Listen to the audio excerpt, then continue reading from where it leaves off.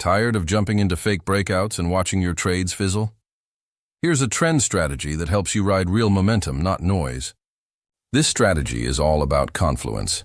Use the custom HAMA indicator, Heiken Ashi Moving Average, to spot the mid-term trend, the Trend Lord indicator histogram to confirm momentum, and a 200-period simple moving average, 200 SMA, to lock in the long-term trend. Buy rule: price above the 200 simple moving average. The 200 simple moving average sloping up. Trend Lord turns steel blue. HAMA changes to blue. Both signals aligned. Enter long. Sell rule: price below the 200 SMA. The 200 SMA sloping down. Trend Lord turns crimson.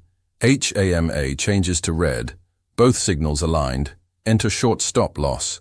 Place just beyond the recent fractal, below entry for buys, above entry for sells. Exit when either indicator flips signal. Here's a practical tip. Only trade when you see a clear trending market. This strategy is designed for trending conditions, not sideways chop. And always fix your risk.